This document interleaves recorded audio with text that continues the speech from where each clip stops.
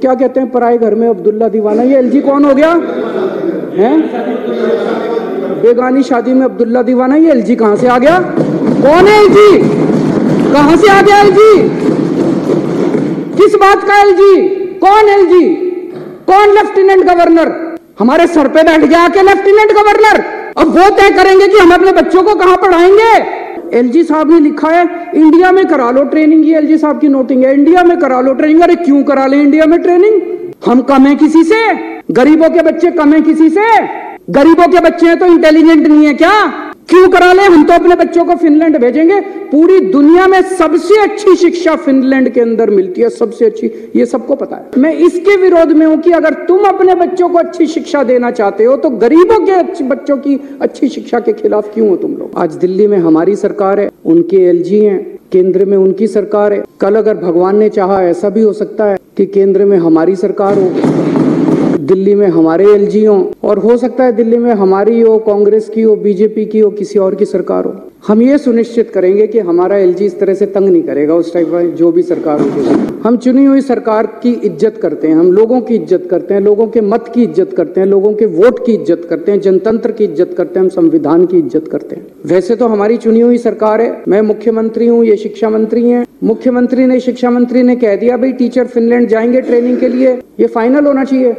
यही तो जनतंत्र है। और जनतंत्र क्या है? अगर मुख्यमंत्री ने और शिक्षा मंत्री ने कह दिया भाई मैं अपने टीचर्स को फिनलैंड ट्रेनिंग कराने जाऊंगा, भेजना चाहता हूं, बस यहाँ खत्म हो जानी चाहिए थी बात। लेकिन यहाँ अजीब जनतंत्र है, सारी फाइलें एलजी साहब के पास जाती हैं, सारी फाइलें एलजी साहब के पास जाती हैं। एलजी साहब ने एक बार नहीं 2 बार ऑब्जेक्शन लगा के फाइल के ऊपर भेजा। अभी मैं पढ़ के सुनाऊंगा थोड़ी देर में। 2 बार ऑब्जेक्शन लगा के भेजा। तो जब बार बार ऑब्जेक्शन लगाया जाता है, एलजी साहब कह रहे हैं ना कि मैंने तो मना थोड़ी किया।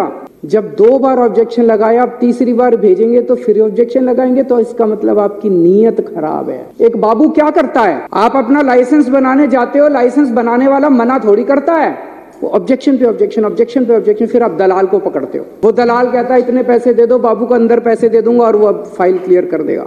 तो ये बार बार जो ऑब्जेक्शन लगाए जा रहे हैं, इसीलिए तो लगाए जा रहे हैं, नीयत खराब है, फिनलैंड टीचर्स को भेजने नहीं देना चाहते। आज मैं ये लेके आया हूं, बीजेपी वालों के कितने एमपीज ऐसे हैं, ये पूरी लिस्ट है, जो खुद विदेशों में पढ़ के आए हैं। इनकी कभी इनके माँ बाप ने कॉस्ट बेनिफिट एनालिसिस करी? कितने एमपी ऐसे हैं जो खुद विदेशों में पढ़ के आए हैं? इनके कितने एमएलए ऐसे हैं जो खुद विदेशों में पढ़ के आए हैं? कभी इनके माँ बाप ने कॉस्ट बेनिफिट एनालिसिस करी?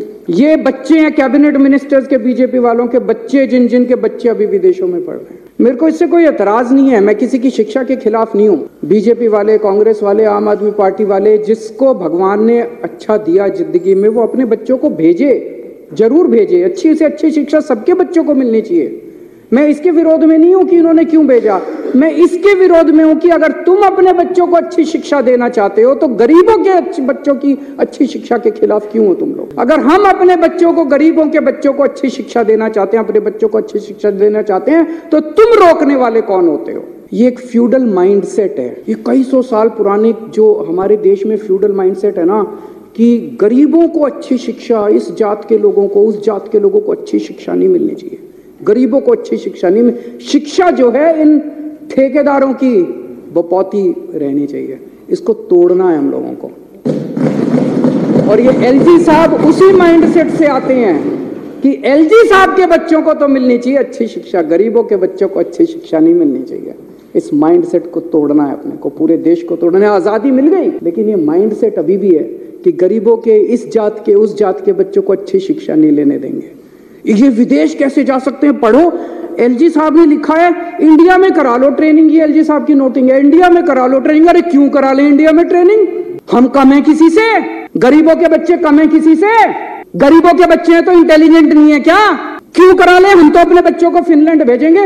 पूरी दुनिया में सबसे अच्छी शिक्षा फिनलैंड के अंदर मिलती है, सबसे अच्छी, ये सबको पता है। फिनलैंड पूरी दुनिया में शिक्षा में नंबर 1 है, और उसमें भी जो नंबर 1 यूनिवर्सिटी है उसमें भेज रहे हैं हम। पूरी दुनिया में जो नंबर 1 है हम तो भेजेंगे सर। दिल्ली के लोगों का पैसा है, टैक्स का पैसा है, दिल्ली के लोगों का टैक्स के पैसे से, दिल्ली के टैक्स के पैसे से भेज रहे हैं। लोगों का पैसा, लोगों के बच्चे, अपने पैसे से लोग अपने बच्चों को ट्रेनिंग के लिए भेजते हैं। ये वो क्या कहते हैं, पराए घर में अब्दुल्ला दीवाना। ये एलजी कौन हो गया है?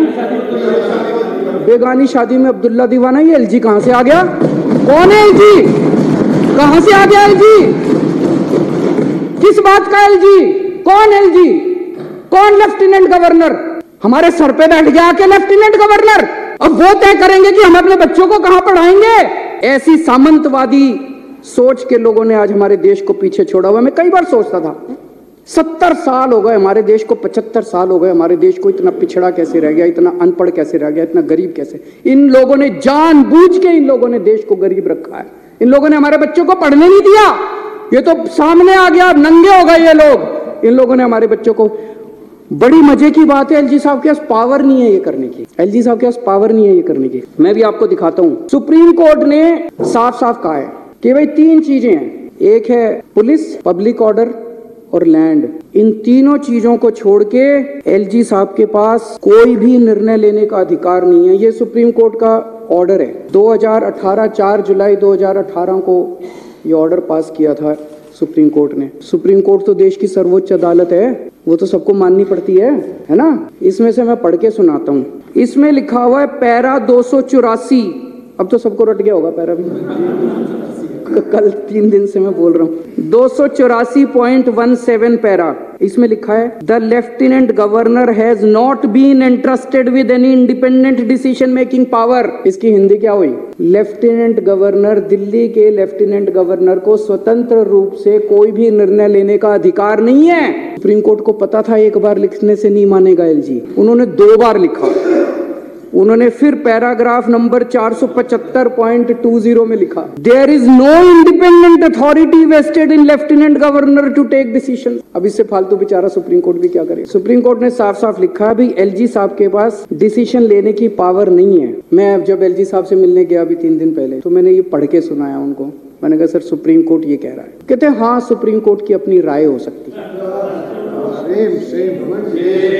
सर अध्यक्ष महोदय, इसके बाद मेरे पास कुछ कहने को नहीं बचा। इतने बड़े संवैधानिक पोजीशन के ऊपर बैठा हुआ व्यक्ति अगर ये कहता है कि सुप्रीम कोर्ट का ऑर्डर सुप्रीम कोर्ट की राय हो सकती है, मैंने कहा सर आप जो ये कह रहे हैं ना, ये सुप्रीम कोर्ट का कंटेम्प्ट है। आप ऐसा नहीं बोल सकते। सुप्रीम कोर्ट का आदेश कानून है इस देश का। सुप्रीम कोर्ट का आदेश बाइंडिंग है इस देश के ऊपर, इस देश के हर नागरिक के ऊपर। बोले नहीं, मैं बोले संविधान में लिखा है कि एलजी एडमिनिस्ट्रेटर है। एडमिनिस्ट्रेटर का मतलब शासक होता है, तो मेरे पास सुप्रीम पावर्स है, मैं कुछ भी कर सकता। इसके बाद में क्या कहता, फिर उन्होंने कहा कि मैंने मना थोड़ी किया है। मैंने कहा जी 2 बार आपने वापस भेज दी फाइल, 2 बार आपने लिखा। क्या लिखा? पहली बार लिखते हैं मुझे ये बताया जाए कि क्या डीओपीटी की गाइडलाइंस का पालन किया गया। ये जिस यूनिवर्सिटी में भेज रहे हो, इस यूनिवर्सिटी ने और कौन कौन से कार्यक्रम कराए, इससे क्या ऑब्जेक्टिव हासिल होगा। अरे मैं मुख्यमंत्री हूँ, मैंने देख लिया यार सारा। मैंने एलजी साहब को बोला, मैंने कहा सर आप मेरे हेडमास्टर थोड़ी हो, इतने तो मैं स्कूल में पढ़ाई में बहुत अच्छा था, फर्स्ट आया करता था क्लास में थ्रू आउट। पहली क्लास से लेके 12वीं क्लास तक फर्स्ट आया। यूनिवर्सिटी टॉपर था, कुरुक्षेत्र यूनिवर्सिटी में टॉप किया था मैंने, पहले 6th पोजीशन थी मेरी। मेरे मास्टरों ने आज तक मेरा होमवर्क ऐसे चेक नहीं किया जैसे एलजी साहब आज मेरी फाइलें लेके बैठ जाते हैं। स्पेलिंग गलत है, हैंड राइटिंग खराब है, ये ऐसे क्यों नहीं लिखा, ये वैसे क्यों नहीं लिखा। मेरे मास्टरों ने ऐसे नहीं किया जैसे एलजी साहब मेरा होमवर्क चेक करते हैं। मैं चुना हुआ मुख्यमंत्री हूँ, दिल्ली के 2 करोड़ लोगों ने मेरे को चुन के भेजा है। आप कौन है? मैंने उनसे पूछा आप कौन है, ये मैंने पूछा एलजी साहब से। मैंने कहा सर आप कौन है? मेरे को तो जनता ने चुन के भेजा। कहते मेरे को प्रेसिडेंट ने भेजा। मैंने कहा वैसे ही जैसे अंग्रेज वाइसरॉय भेजते थे वैसे ही आपको प्रेसिडेंट ने पहले। बोले आपकी सरकार अच्छी नहीं चल रही, आपने ये नहीं किया, आपने वो नहीं किया, आपकी सरकार में ये। मैंने सर वो वाइसरॉय जो होते थे ना, वो कहते थे you bloody Indians, you don't know how to govern. मैंने कहा एलजी साहब आज आप भी वही भाषा इस्तेमाल कर रहे हो, यू ब्लडी दिल्ली वालाज, you don't know how to govern. मैंने कहा सर दिल्ली छोड़ दो, हमारे हालात पे हम अपनी दिल्ली चला लेंगे। कहते हैं कॉस्ट बेनिफिट एनालिसिस। मैंने एलजी साहब से पूछा सर मेरे को वो धारा बता दो संविधान की। मैं सारे सर ये जो आज मैं लेके आया हूँ ना, ये सब लेके गया था मैं एलजी से, ये सारी चीजें लेके गया था। मैंने कहा सर ये आपके सामने रखी है, अब मेरे को इसमें दिखा दो आपको कॉस्ट बेनिफिट एनालिसिस ऑर्डर करने की पावर किस कानून के तहत है। कौन सा कानून, सुप्रीम कोर्ट का आदेश आपको ये पावर देता है कि आप दिल्ली सरकार के किसी काम की कॉस्ट बेनिफिट, मैं कराऊंगा, मेरे को जनता ने कहा है मैं कॉस्ट बेनिफिट एनालिसिस कराऊंगा। ये सदन है, ये सदन कराएगा, इसकी कमेटियां कराएगी, ये कमेटियां कराती है, ये सौरभ मेरे को बताता है, राजेश बताता है, सोमनाथ, ये सारे बताते हैं, ये कॉस्ट बेनिफिट एनालिसिस ये लोग कराएंगे। आप कौन होते हो कॉस्ट बेनिफिट एनालिसिस कराने वाले? दिल्ली के अंदर चुनाव हार गए और उसके बाद अब कॉस्ट बेनिफिट एनालिसिस? आपके पास तो पावर नहीं है। मैंने उनसे पूछा, उनके पास कोई जवाब नहीं था। फिर मैंने उनसे पूछा, मैंने कहा सर ये 10 एल्डरमैन कैसे बना दिए? ये तो आपके पास पावर नहीं है, तो ट्रांसफर्ड सब्जेक्ट है। एमसीडी एक्ट तो ट्रांसफर्ड सब्जेक्ट है, आपने 10 एल्डरमैन कैसे बना दिए? बोले उस कानून में लिखा है एडमिनिस्ट्रेटर शैल अपॉइंट 10 एल्डरमैन। तो मैंने उनको ये एक और दूसरा ऑर्डर दिखाया सुप्रीम कोर्ट का, ये 2019 में आया था सुप्रीम कोर्ट में। इसमें लिखा है कि जहां एडमिनिस्ट्रेटर लिखा होगा वहां भी मंत्रियों की चलेगी, वहां भी मुख्यमंत्री की चलेगी, ये लिखा हुआ है। ये सुप्रीम कोर्ट का आदेश मैंने उनको दिखाया। मैंने कहा सर ये लिखा हुआ है कि एडमिनिस्ट्रेटर लिखा है तब भी हमारी चलेगी, आपकी नहीं चलेगी। तो वो तो सुप्रीम कोर्ट को मानते ही नहीं, वो तो कहते हैं सुप्रीम कोर्ट की तो राय है। उसके बाद एक हाई कोर्ट का ऑर्डर है, वो भी मैं लेके गया था। और कुछ हो ना हो, एलजी साहब ने मेरे को वकील तो अच्छा बना दिया। ये 1998 का जजमेंट है ओपी पावा, इसमें साफ साफ लिखा है, मोटर व्हीकल्स एक्ट में डेफिनेशन है lieutenant governor, government of Delhi means lieutenant governor. इसमें लिखा है सारी पावर दिल्ली सरकार की होगी, सारी पावर मुख्यमंत्री की होगी। तो अगर एडमिनिस्ट्रेटर भी लिखा है, लेफ्टिनेंट गवर्नर भी लिखा है, तब भी सारी पावर दिल्ली सरकार की है, एलजी साहब की पावर नहीं है। ये सारा मैंने उनको बताया, पर वो तो माने ही नहीं। वो तो बोले कि मैं एडमिनिस्ट्रेटर हूं। फिर मैंने कहा सर आप आजकल रोज चीफ सेक्रेटरी को ऑर्डर दे देते हो, मतलब रोज सवेरे उठते हैं, अपना लेटर हेड मंगाते हैं, लेटर हेड में लिखते हैं चीफ सेक्रेटरी इसको यहाँ का चेयरमैन बना दो, और चीफ सेक्रेटरी को भेज देते हैं, चीफ सेक्रेटरी लागू करा देता है। हम मुंह बाके देखते हैं, हम तो क्या हो गया, ये टीवी में चल रहा है, अखबार में आ गया, इसको लिख देते हैं, ये इसको एल्डरमैन बना दो, इसको यहाँ का ये बना दो, इसको। ये चल क्या रहा है? मैंने एलजी साहब से पूछा, मैंने कहा चीफ सेक्रेटरी को सीधे ऑर्डर कैसे देते हो? मुख्यमंत्री मंत्री इनके थ्रू फाइलें क्यों नहीं जाती? सीधे चीफ सेक्रेटरी को ऑर्डर दे देते हो आप किसी भी सब्जेक्ट के ऊपर। बोले मैं शासक हूं, मैं एडमिनिस्ट्रेटर हूं, मैं कोई भी ऑर्डर दे सकता हूं, किसी को भी ऑर्डर दे सकता हूं। ना तो वो संविधान मानने को तैयार हैं और ना वो सुप्रीम कोर्ट के ऑर्डर मानने को तैयार हैं। मैंने उनसे पूछा, मैंने कहा सर ये योगा क्यों बंद करा दिया?